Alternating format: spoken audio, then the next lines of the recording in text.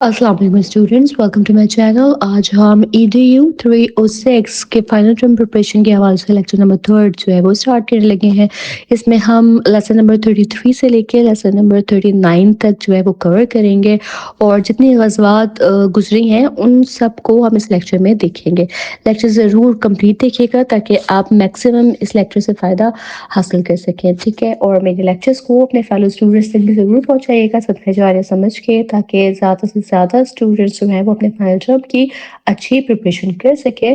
تو چلیے اسٹارٹ کرتے ہیں لیسن 33 کے ساتھ، جس میں ہم بات کریں گے غزوہ بدر کے متعلق، ٹھیک ہے؟ غزوہ بدر اسلام کی پہلی باقاعدہ جنگ ہے جو مسلمانوں اور کفار کے درمیان پیش آئی۔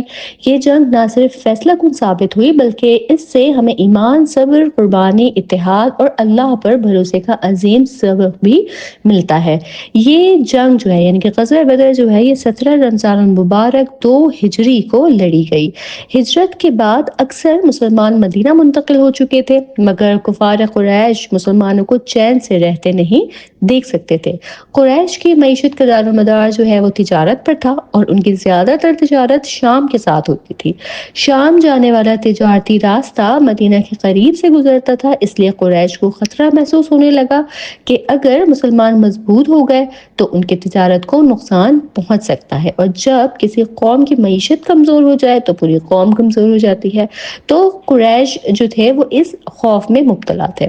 اس جنگ کی فوری وجہ یہ بنی تھی کہ ابو سفیان جو ہے وہ شام سے اپنا تجارتی قافلہ واپس لا رہا تھا۔ اسے ڈر تھا کہ کہیں مسلمان جو ہیں وہ اس پر حملہ نہ کر دیں، حالانکہ مسلمانوں کا ایسا کوئی ارادہ نہیں تھا، صرف خوف کی بنا پر ابو سفیان نے جو ہے وہ مکہ پیغام بھیجا کہ قافلے کو بچانے کے لیے مدد بھیجی جائے۔ اس پیغام پر کفار قریش نے ایک بڑا لشکر تیار کیا اور مسلمانوں پر حملے کے لیے روانہ ہو گئے۔ یہی حالات جو ہیں وہ بالآخر غزوہ بدر کا سبب بنے۔ بدر جو ہے وہ مدینہ سے تقریباً 80 میل کے فاصلے پر ایک مشہور مقام تھا۔ یہاں پر ہر سال میلہ لگا کرتا تھا اور دور دراز علاقوں سے لوگ خرید و فروخت کے لیے یہاں آیا کرتے تھے۔ یہ مقام شام جانے والے راستے کے قریب واقع تھا، اور راستہ جو ہے وہ پہاڑی اور دشوار گزار تھا جو حملے کے لیے موزوں سمجھا جاتا تھا۔ یہی وجہ تھی کہ ابو سفیان کو خدشہ تھا کہ اگر کوئی حملہ کرنا چاہے تو اس مقام پر آسانی سے کر سکتا ہے۔ مسلمانوں کا کوئی جنگ کا ارادہ نہیں تھا، نہ وہ قافلے کو لوٹنا چاہتے تھے اور نہ کسی قوم کو نقصان پہنچانا چاہتے تھے، لیکن حالات ایسے بن گئے کہ جنگ ناگزیر ہو گئی۔ اس وقت نا مسلمانوں کی تعداد بہت کم اور وسائل نہایت محدود تھے۔ مسلمانوں کی فوج میں جو ہے وہ کل 313 افراد تھے۔ ان کے پاس صرف 6 تلواریں تھیں، 70 اونٹ تھے اور صرف جو ہے 2 گھوڑے تھے۔ ان میں کیا تھا کہ 82 جو لوگ تھے نا وہ مہاجرین تھے اور باقی انصار تھے۔ اس جنگ میں مواخات یعنی مہاجرین اور انصار کی جو بھائی چارہ تھا نا اس کا عملی ثبوت بھی سامنے آیا، کیونکہ سب ایک دوسرے کے ساتھ حقیقی بھائیوں کی طرح کھڑے ہوئے تھے۔ دوسری طرف کفار کا لشکر جو ہے وہ بہت طاقتور اور ساز و سامان سے لیس تھا۔ کفار کے لشکر میں تقریباً 1000 افراد تھے، 100 گھوڑے تھے، 600 زریں تھیں، جو آرمرز تھے وہ 600 کے قریب تھے، سینکڑوں جو ہے وہ اونٹ تھے ان کے پاس۔ وہ غرور، تکبر اور جوش سے بھرے ہوئے تھے اور سمجھتے تھے کہ وہ آسانی سے مسلمانوں کو شکست دے دیں گے، مگر انہیں اندازہ نہ تھا کہ انجام جو ہے وہ ان کے لیے ذلت آمیز ہوگا۔ جنگ کا آغاز مقابلے سے ہوا۔ مسلمانوں کی طرف سے حضرت علی، حضرت حمزہ اور حضرت عبیدہ بن حارث رضی اللہ تعالیٰ عنہ میدان میں آئے، جبکہ کفار کی طرف سے عتبہ، شیبہ اور ولید بن عتبہ جو ہیں وہ مقابلے پر آئے۔ اللہ کے فضل سے تینوں کفار مارے گئے اور پھر باقاعدہ جنگ شروع ہو گئی۔ مسلمانوں نے بے مثال بہادری کا مظاہرہ کیا۔ 2 نوجوان صحابہ حضرت معاذ اور حضرت معوذ نے ابو جہل کو قتل کیا جو کفار کا سردار تھا۔ نتیجہ یہ نکلا کہ کفار کے 70 افراد مارے گئے، کفار کے 70 افراد قیدی بنا لیے گئے۔ مسلمانوں کے صرف 14 صحابہ جو تھے وہ شہید ہوئے، اور یہ مسلمانوں کے لیے جو ہے وہ ایک عظیم فتح تھی۔ اس جنگ کے بعد قیدیوں کے ساتھ نبی کریم صلی اللہ علیہ وآلہ وسلم نے نہایت بہترین سلوک فرمایا۔ کچھ قیدی بغیر کسی معاوضے کے آزاد کر دیے گئے، کچھ کو فدیہ دے کر آزاد ہونے کا حکم دیا گیا، اور جو فدیہ نہیں دے سکتے تھے انہیں کہا گیا کہ وہ 10 مسلمان بچوں کو پڑھنا لکھنا سکھا دیں تو انہیں آزاد کر دیا جائے گا۔ یہ تاریخ انسانیت میں حسن سلوک کی ایک روشن مثال ہے۔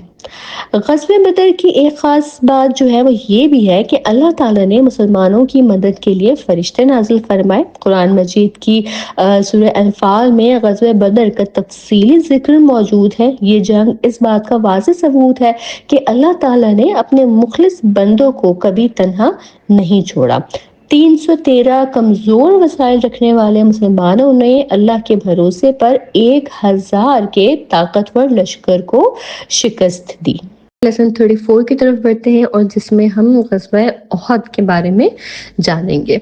غزوہ بدر میں شکست کے بعد قریش مکہ جو تھے وہ سخت ذلت اور شرمندگی محسوس کر رہے تھے۔ ان کے 70 سردار قتل ہوئے اور 70 قیدی بنا لیے گئے۔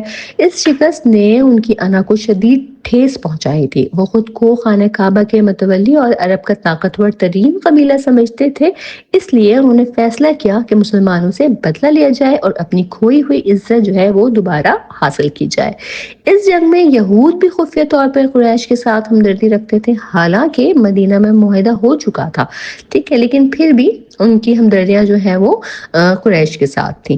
غزوہ احد جو ہے وہ 7 شوال 3 ہجری کو پیش آیا۔ قریش نے 1 سال تک بھرپور تیاری کی اور مدینہ پر حملے کے لیے ایک بڑا لشکر تیار کیا۔ مسلمانوں نے مشورے کے بعد یہ طے کیا کہ جنگ مدینہ سے باہر لڑی جائے، چنانچہ احد کے مقام کو میدان جنگ منتخب کیا گیا۔ مدینہ کے شمال میں تقریباً 5 کلومیٹر کے فاصلے پر ایک پہاڑ ہے جسے احد کہا جاتا ہے۔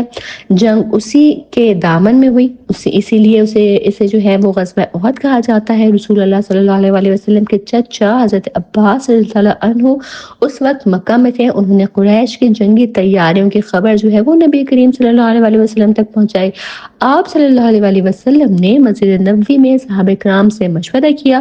کچھ صحابہ کی رائے تھی کہ مدینہ کے اندر رہ کر دفاع کی جائے، مگر نوجوانوں کی اکثریت یہ چاہتی تھی کہ باہر جا کر مقابلہ کیا جائے، تو نبی کریم صلی اللہ علیہ وسلم نے نوجوانوں کی رائے جو تھی وہ قبول فرمائی۔ ابتدا میں مسلمانوں کی تعداد تقریباً 1000 تھی، لیکن راستے میں عبداللہ بن ابی اپنے 300 ساتھیوں سمیت جو ہے وہ واپس لوٹ گیا۔ اس طرح مسلمانوں کا لشکر 700 رہ گیا، جن میں سے 100 افراد ذرہ پوش تھے۔ اس کے باوجود مسلمانوں نے ہمت نہیں ہاری اور میدان جنگ کی طرف بڑھتے رہے۔ قریش نے جو ہے وہ بھرپور تیاری کے بعد 3000 افراد پر مشتمل لشکر تیار کیا۔ ان کے پاس 3000 اونٹ، 200 گھوڑے اور مکمل جنگی ساز و سامان تھا۔ لشکر کی جو قیادت ہے وہ ابو سفیان کر رہا تھا۔ یہ تعداد اور طاقت بدر کے مقابلے میں کئی گنا زیادہ تھی، جس سے اندازہ ہوتا ہے کہ قریش کس قدر جوش انتقام میں مبتلا تھے۔ غزوہ احد میں مسلمان خواتین نے بھی اہم کردار ادا کیا۔ حضرت عائشہ، حضرت ام سلیم زخمیوں کو پانی پلانے اور ان کی خدمت میں مصروف رہتی۔ حضرت ابو سعید خدری رضی اللہ عنہ کی والدہ ام سلید رضی اللہ عنہ نے بھی یہی خدمت انجام دی۔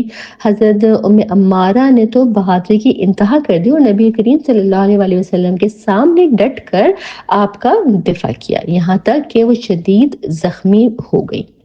نبی کریم صلی اللہ علیہ وسلم نے پہاڑ کے ایک درے پر، ایک گھاٹی پر 50 تیر انداز مقرر فرمائے اور سختی سے حکم دیا کہ چاہے فتح ہو یا شکست، کسی صورت اپنی جگہ نہ چھوڑنا۔ جنگ شروع ہوئی تو حضرت زبیر رضی اللہ عنہ نے قریش کے علمبردار جو تھا طلحہ اس کو قتل کیا۔ حضرت حمزہ، حضرت علی، حضرت زبیر رضی اللہ عنہ اور حضرت ابو دجانہ رضی اللہ عنہ نے بے مثال بہادری جو ہے وہ اس جنگ میں دکھائی۔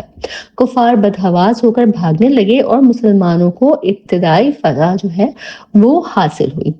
جب کچھ تیر اندازوں نے یہ سمجھا کہ جنگ ختم ہو گئی ہے تو انہوں نے نبی کریم صلی اللہ علیہ وسلم کے حکم کے خلاف اپنی جگہ چھوڑ دی، ٹھیک ہے، وہ سمجھے تھے کہ جنگ ختم ہو گئی، اس لیے انہوں نے اپنی جگہ چھوڑ دی اور مال غنیمت جمع کرنے نیچے اتر آئے۔ صرف 10 تیر انداز جو ہے وہی اس گھاٹی پر باقی رہ گئے تھے۔ اس موقع سے فائدہ اٹھاتے ہوئے خالد بن ولید جو اس وقت مسلمان نہیں ہوئے تھے، ٹھیک ہے، تو اس نے جو ہے نا پیچھے سے حملہ کر دیا۔ اس اچانک حملے سے مسلمانوں میں انتشار پھیل گیا۔ حضرت حمزہ کو ایک غلام وحشی نے شہید کر دیا۔ ایک وقت میں یہ افواہ بھی پھیل گئی تھی کہ نبی کریم صلی اللہ علیہ وسلم جو ہے وہ بھی شہید ہو گئے ہیں، لیکن جلد ہی پھر حقیقت واضح ہوئی۔ اگرچہ مسلمانوں کو بھاری نقصان اٹھانا پڑا، لیکن آخرکار مسلمان دوبارہ سنبھل گئے اور کفار میدان چھوڑ کر واپس چلے گئے۔ اس جنگ سے مسلمانوں کو یہ عظیم سبق ملا کہ رسول اللہ صلی اللہ علیہ وسلم کے حکم کی اطاعت ہر حال میں ضروری ہے، اور معمولی نافرمانی بھی بڑے نقصان کا سبب بن سکتی ہے۔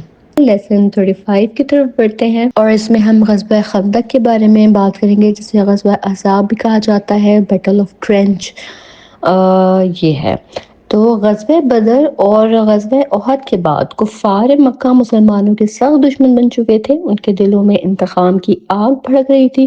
انہیں یہ خوف بھی لاحق تھا کہ اگر مسلمان مزید مضبوط ہو گئے تو ان کی تجارت، عزت اور اقتدار جو ہے وہ ختم ہو جائے گا۔ خصوصاً شام اور عراق کی تجارتی راہیں مسلمانوں کے اثر میں آتی جا رہی تھی، جس سے قریش کی معیشت کو شدید خطرہ لاحق ہو چکا تھا۔ قریش کی معیشت جو ہے وہ مکمل طور پر تجارت پر منحصر تھی۔ شام اور عراق جانے والے راستے مدینے کے قریب سے گزرتے تھے، اور مسلمانوں کا اثر ان علاقوں تک پھیل رہا تھا۔ نجد اور دومت الجندل جیسے علاقوں میں بھی اسلام کا اثر جو ہے وہ بڑھ رہا تھا، جس سے کفار کو یہ خدشہ لاحق ہو گیا کہ اگر یہ راستے مستقل طور پر مسلمانوں کے قبضے میں آ گئے تو قریش کے پاس کوئی معاشی سہارا باقی نہیں رہے گا۔ یہی خوف ان کی دشمنی کو مزید بڑھانے کا سبب بنتا رہا۔ مدینہ میں رہنے والے یہودی قبائل نے مسلمانوں سے کیے گئے معاہدے جو میثاق مدینہ ہوا تھا اس کی بار بار خلاف ورزی کی۔ خاص طور پر بنو قینقاع اور بنو نذیر کے نے جو ہے وہ کفار مکہ سے خفیہ ساز باز کی۔ جب ان کی غداری واضح ہو گئی تو انہیں پھر مدینے سے نکال دیا گیا۔ یہ قبائل خیبر اور شام کے سرحدی علاقوں میں جا بسے اور وہاں سے قریش کو مسلمانوں کے خلاف اکساتے رہے۔ انہوں نے قریش سے وعدہ کیا کہ مدینہ پر حملے کی صورت میں وہ مکمل مدد کریں گے قریش کی۔ ٹھیک ہے، ابو جہل کی ہلاکت کے بعد ابو سفیان کفار کا سردار بن گیا۔ اس نے مختلف قبائل کو اکٹھا کر کے مسلمانوں کے خلاف ایک عظیم اتحاد قائم کیا۔ ابتدا میں 4000 افراد کا لشکر بنا، لیکن راستے میں مختلف قبائل کے لوگ شامل ہوتے گئے اور یہ لشکر بڑھتے بڑھتے تقریباً 10,000 افراد تک جا پہنچا۔ یہ اس زمانے کا بہت بڑا لشکر تھا جس کا مقصد صرف ایک تھا کہ مسلمانوں کا مکمل خاتمہ ہو سکے۔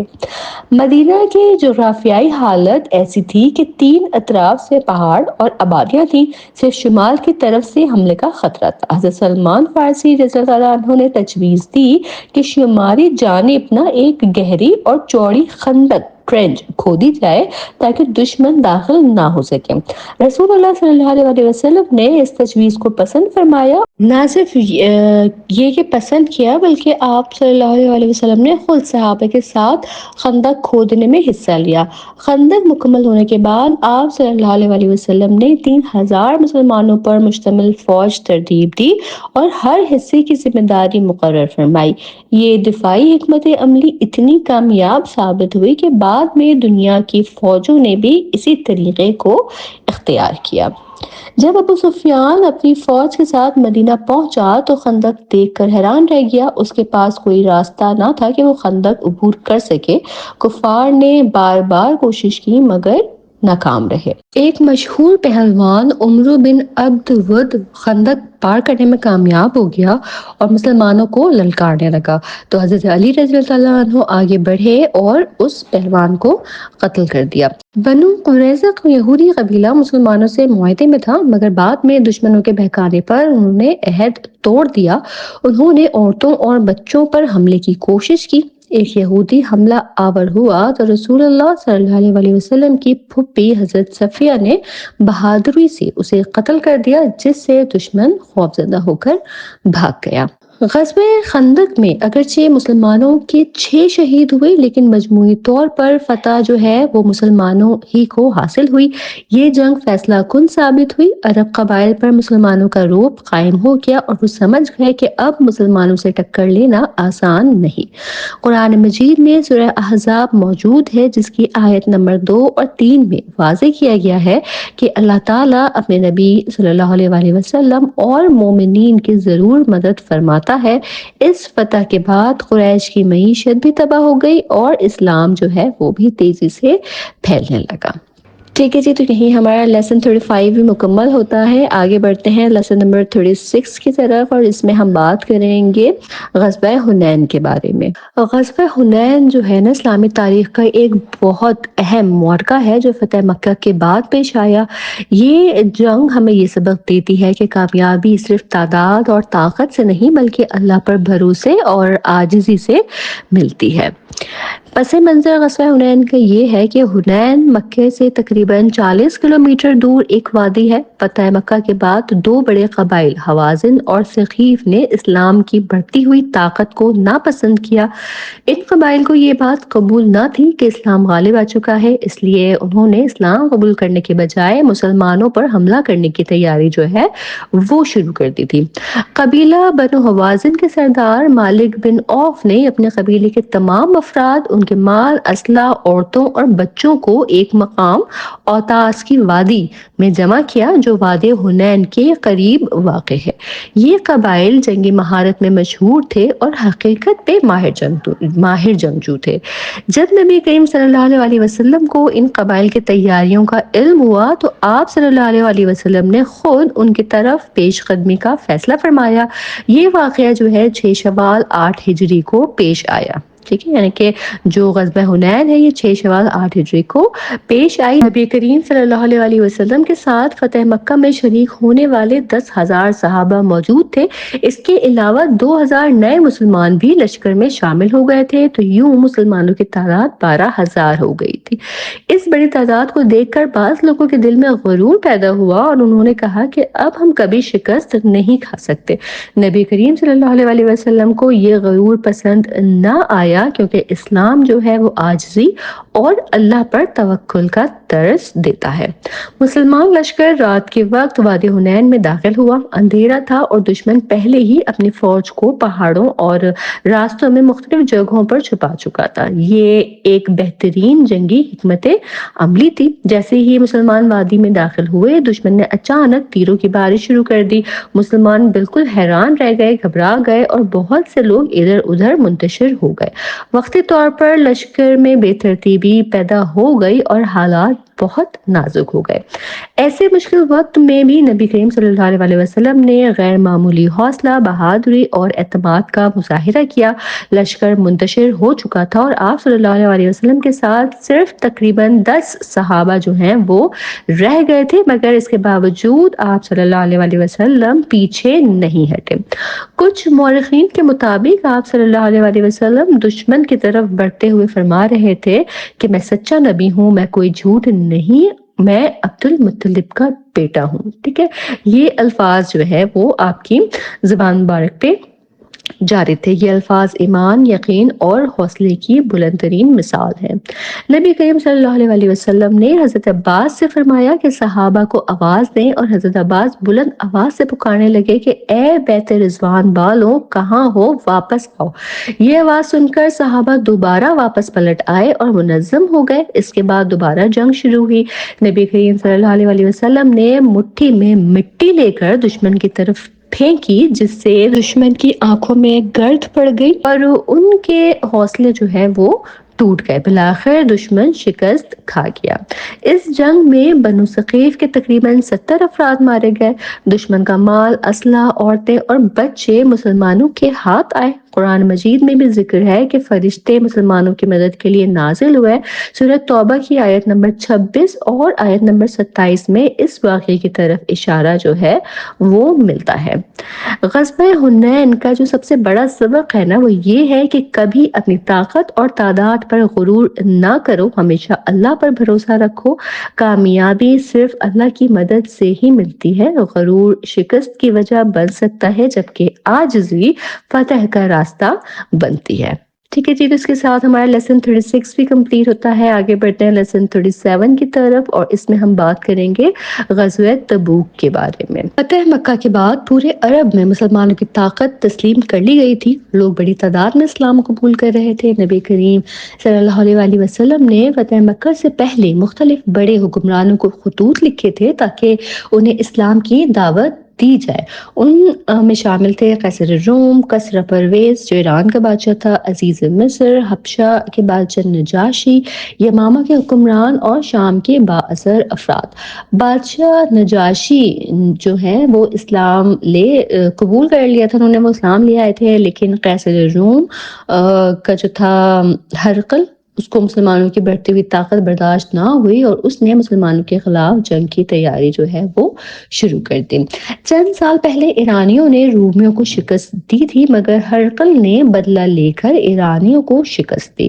اب وہ عربوں اور مسلمانوں کو بھی ختم کرنا چاہتا تھا۔ اس مقصد کے لیے اس نے تقریباً 40,000 فوجیوں پر مشتمل ایک بڑا لشکر تیار کیا اور اسے شام کی سرحد کے قریب جمع کرنا شروع کر دیا۔ دوسری طرف کسری پرویز نے نبی کریم صلی اللہ علیہ وسلم کا خط جو ہے وہ پھاڑ دیا تھا، مگر کچھ ہی عرصے بعد اس کی سلطنت جو ہے وہ ٹوٹ پھوٹ کا شکار ہو گئی تھی۔ اس سے واضح ہوتا ہے کہ جو اسلام کی توہین کرتا ہے اللہ اس کا انجام جو ہے وہ برا کرتا ہے۔ جب نبی کریم صلی اللہ علیہ وسلم کو رومی فوجی کی تیاری کا علم ہوا تو آپ صلی اللہ علیہ وسلم نے صحابہ کو جہاد کی تیاری کا حکم دیا۔ یہ وہ زمانہ تھا جب مدینہ میں قحط کا دور تھا، کھانے کو کچھ نہ تھا، مگر اس کے باوجود صحابہ اکرام رضی اللہ عنہ نے بے مثال قربانی دی۔ حضرت ابوبکر صدیق رضی اللہ عنہ نے اپنا سارا مال اللہ کی راہ میں دے دیا۔ حضرت عمر فاروق رضی اللہ عنہ نے آدھا مال جو ہے وہ اپنا عطیہ کر دیا۔ حضرت عثمان غنی رضی اللہ عنہ نے 900 اونٹ، 100 گھوڑے، 1000 دینار، 200 اوقیہ چاندی جو ہے وہ عطیہ کی۔ یہ قربانیاں جو ہیں نا صحابہ کی، یہ قیامت تک امت کے لیے ایک مثال ہے۔ بالآخر مسلمانوں کا لشکر تقریباً 30,000 افراد پر مشتمل تیار ہوا۔ وسائل کی کمی کی وجہ سے حالت یہ تھی کہ ایک اونٹ پر 18 آدمی باری باری سوار ہوتے تھے۔ مدینہ سے تبوک کا فاصلہ تقریباً 500 میل کا تھا۔ گرمی شدید تھی اور راستہ بھی انتہائی مشکل تھا۔ بہت سے صحابہ ایسے بھی تھے جو جہاد میں جانا تو چاہتے تھے مگر سواری نہ ہونے کی وجہ سے رہ گئے تھے۔ ان کی آنکھوں میں آنسو تھے۔ قرآن پاک میں سورہ توبہ آیت نمبر 92 میں ان کا ذکر آیا ہے۔ جب مسلمان لشکر پوری تیاری کے ساتھ تبوک پہنچا تو رومیوں نے مسلمانوں کی طاقت، اتحاد اور ایمان کو دیکھ کر اندازہ لگا لیا کہ اگر جنگ ہوئی تو وہ شکست کھا جائیں گے، چنانچہ انہوں نے بغیر جنگ کیے واپس جانے کا فیصلہ کر لیا۔ یہ اسلامی تاریخ کی ایک منفرد فتح تھی جس میں نہ تلوار چلی نہ خون بہا، مگر دشمن مغلوب ہو کر پیچھے ہٹ گیا۔ نبی کریم صلی اللہ علیہ وسلم تقریباً 20 دن تبوک میں قیام انہوں نے کیا اور اس کے بعد مدینہ واپس تشریف لے گئے۔ اہل مدینہ نے اسی محبت سے استقبال کیا جیسے ہجرت کے وقت کیا تھا۔ اس واقعے کے بعد بہت سے سرحدی قبائل نے اسلام قبول کیا اور کئی نے اسلامی ریاست کے ساتھ جزیہ کے تحت جو ہے وہ معاہدہ کیا۔ یہ موضوع یعنی کہ جنگ تبوک کا جو یہ واقعہ ہے نا، یہ خاص طور پر اساتذہ کے لیے بہت اہم ہے۔ چھوٹے بچوں کو جو ہے نا، جو جونیئر کلاسز کے بچے ہیں، ان کو اساتذہ کو یہ باتیں سکھانی چاہیے جس میں شامل ہیں ممالک کے نام، دشمن قوموں کے نام، اہم شخصیات اور کمانڈروں کے نام، نبی کریم صلی اللہ علیہ وسلم کی تعلیمات، نقشے کے ذریعے جگہوں کو پہچاننا، سورہ کوثر کو یاد کروانا۔ اس سے کیا ہوگا کہ بچوں کی بنیاد مضبوط ہوگی، جبکہ جو بڑی جماعت کے طالب علم ہیں، جو سینئر کلاسز ہیں، کلاس 5 سے کلاس 8 تک کے جو اسٹوڈنٹس ہیں تو ان بڑے طلبہ کو نا یہ باتیں سکھانی چاہیے جیسے جنگوں کے نام، دشمن کون تھا، جنگ کی کیا وجہ تھی، جنگ کے نتائج کیا تھے اور جنگ کے بعد کے اثرات کیا تھے، سورہ کافرون جو ہے وہ یاد کروانا اور درست تلفظ کی اصلاح کرنا.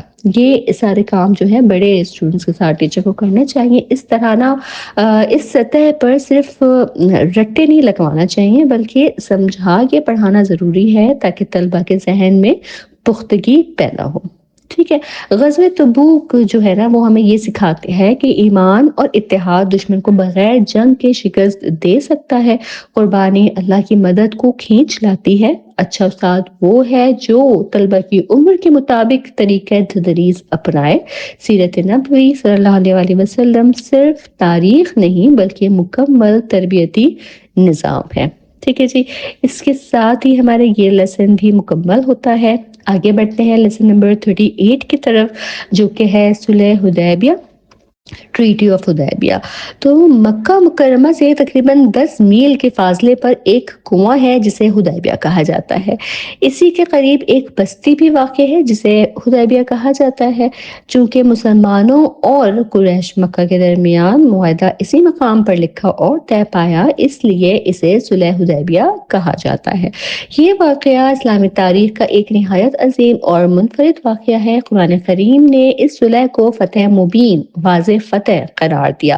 نبی کریم صلی اللہ علیہ وسلم نے خواب دیکھا کہ آپ صلی اللہ علیہ وسلم عمرہ ادا کر رہے ہیں. چنانچہ آپ صلی اللہ علیہ وسلم نے صحابہ کرام کو بتایا کہ ہم عمرے کے لیے مکہ جائیں گے. یہ سن کر تقریباً 1400 صحابہ جو ہیں وہ آپ صلی اللہ علیہ وسلم کے ساتھ جانے کے لیے تیار ہو گئے.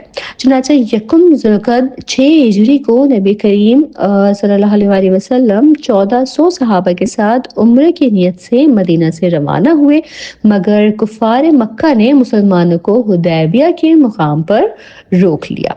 نبی کریم صلی اللہ علیہ وسلم ہمیشہ جو ہے وہ خون ریزی سے بچنے کے خواہاں تھے. آپ نے یہ واضح کرنے کے لیے کہ مسلمان جنگ کے لیے نہیں بلکہ صرف عمرہ کے لیے آئے ہیں، حضرت عثمان غنی رضی اللہ عنہ کو قریش کے پاس سفیر بنا کر بھیجا. حضرت عثمان رضی اللہ عنہ 3 دن تک مکہ میں رہے اور قریش کو سمجھاتے رہے کہ مسلمان صرف عبادت کے لیے آئے ہیں، مگر قریش نہ مانے. اسی دوران یہ افواہ پھیل گئی کہ حضرت عثمان رضی اللہ عنہ کو شہید کر دیا گیا ہے. یہ خبر مسلمانوں کے لیے نہایت صدمہ خیز تھی. صحابہ بہت غمگین ہو گئے اور نبی کریم صلی اللہ علیہ وسلم جو ہے وہ بھی رنجیدہ ہوئے. اسی موقع پر ایک تاریخی فیصلہ ہوا. جب مسلمانوں کو حضرت عثمان کی شہادت کی خبر ملی، حالانکہ وہ صرف افواہ تھی، ٹھیک ہے، یہ افواہ جب مسلمانوں تک آئی تو سب صحابہ نے کہا کہ اگر واقعی حضرت عثمان کو شہید کیا گیا ہے تو پھر ہم بدلہ لیں گے. نبی کریم صلی اللہ علیہ وسلم نے ایک درخت کے نیچے بیٹھ کر صحابہ سے بیعت لی کہ اگر جنگ ہوئی تو سب جان کی بازی لگا دیں گے. اس بیعت کو بیعت رضوان کہا جاتا ہے. قرآن کریم نے سورہ فتح میں اس واقعے کا ذکر کرتے ہوئے فرمایا کہ اللہ ان مسلمانوں سے راضی ہو گیا جو درخت کے نیچے آپ صلی اللہ علیہ وسلم سے بیعت کر رہے تھے، کیونکہ اللہ ان کے دلوں کے اخلاص کو جانتا تھا. یہ واقعہ صحابہ کے ایمان، وفاداری اور قربانی کی اعلیٰ مثال ہے.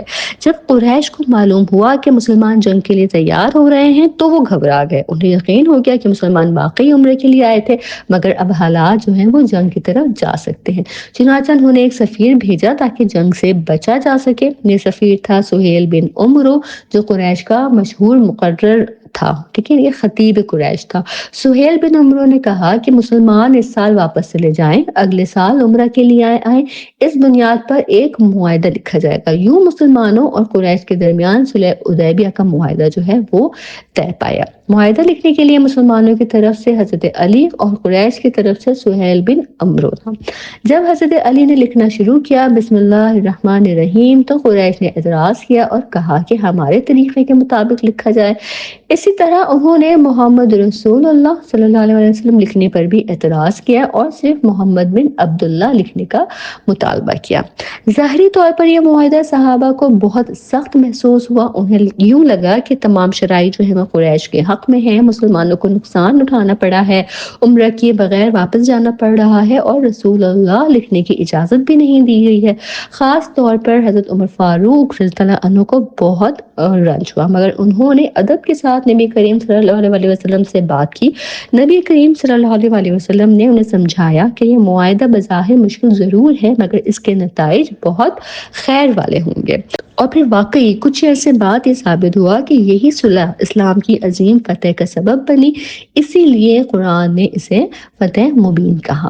معاہدہ حدیبیہ کی چند اہم شرائط تھیں جو کہ تھیں: مسلمان اس سال عمرہ کے بغیر واپس جائیں گے، اگلے سال مسلمان عمرہ کے لیے آئیں گے، مسلمان مکہ میں صرف 3 دن قیام کریں گے، ان 3 دنوں میں صرف عمرہ کریں گے، کوئی جنگی سرگرمی نہیں ہوگی۔ یہ شرائط وقتی طور پر سخت لگ رہی تھیں لیکن بعد میں انہی شرائط نے اسلام کے پھیلاؤ کی راہ جو ہے وہ ہموار کی۔ اس کے ساتھ ہی ہمارا لیسن 38 بھی مکمل ہوتا ہے اور آگے بڑھتے ہیں لیسن 39 کی طرف۔ لیسن 39 بھی جو ہے صلح حدیبیہ ہی کو کنٹینیو کر رہا ہے، ٹھیک ہے۔ تو آگے اس میں آتا ہے کہ صلح حدیبیہ کی مزید شرائط اور غزوہ موتا کا جو تعارف ہے وہ اس لیسن میں ہم پڑھیں گے۔ تو جب مسلمانوں اور کفار مکہ کے درمیان معاہدہ لکھا جا رہا تھا تو کفار کے دلوں میں کئی خدشات تھے، اسی لیے انہوں نے معاہدے میں چند مزید شرائط شامل کروائیں تاکہ وہ خود کو محفوظ سمجھ سکیں۔ جو مزید شرائط تھیں ان میں شامل تھا کہ کوئی ہتھیار ظاہر نہیں کیا جائے گا، صرف تلوار ساتھ لائی جا سکتی ہے، تلوار جو ہے وہ نیام میں ہوگی، نیام کو تھیلے میں بند رکھا جائے گا، ٹھیک ہے۔ تو یہ وہ شرائط تھیں کہ جب مسلمان عمرہ کے لیے مکہ آئیں گے تو وہ ان شرائط کو فالو کریں گے۔ اس کی وجہ یہ تھی کہ اگر کسی کے ہاتھ میں ننگی تلوار ہو تو وہ کسی بھی وقت حملہ کر سکتا ہے، اس لیے کفار نے یہ شرط لگائی تاکہ انہیں جو ہے وہ کوئی خطرہ محسوس نہ ہو، ٹھیک ہے۔ چونکہ اس وقت بہت سے لوگ اسلام قبول کر رہے تھے اور مدینہ کی طرف ہجرت کر رہے تھے، اس لیے کفار نے ایک اور شرط جو ہے وہ ایڈ کی۔ مکہ سے کوئی شخص اگر مدینہ جائے تو مسلمانوں کو چاہیے کہ اسے واپس مکہ لوٹا دیں، لیکن اگر مدینہ سے کوئی شخص مکہ آئے تو کفار اسے واپس نہیں کریں گے۔ مکہ کے مسلمانوں کو زبردستی مدینہ لانے کی اجازت نہیں ہوگی، اگر کوئی مسلمان مکہ میں رہنا چاہے تو اسے روکا نہیں جائے گا۔ بظاہر یہ شرط مسلمانوں کے خلاف لگتی مگر حقیقت میں یہی شرط اسلام کے پھیلاؤ کا سبب بنی۔ عرب مختلف قبائل پر مشتمل تھے، سب معاہدے کے وقت موجود نہیں تھے، اس لیے معاہدے میں یہ بات بھی شامل کی گئی کہ ہر قبیلہ آزاد ہوگا، چاہے مسلمانوں کے ساتھ معاہدہ کرے یا کفار کے ساتھ، کسی پر زبردستی نہیں کی جائے گی۔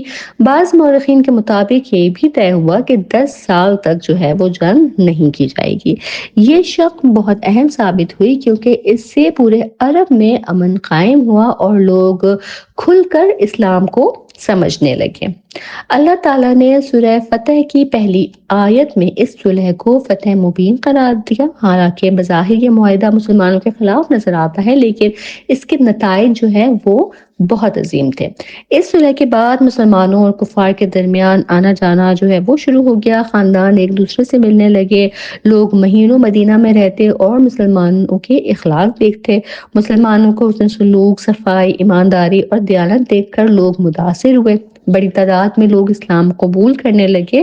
اسی دور میں 2 عظیم شخصیات جو ہیں وہ اسلام لے آئیں، ایک تھے حضرت خالد بن ولید رضی اللہ عنہ اور دوسرے تھے حضرت عمرو بن عاص رضی اللہ عنہ۔ یہ دونوں بعد میں اسلام کے عظیم سپہ سالار بنے۔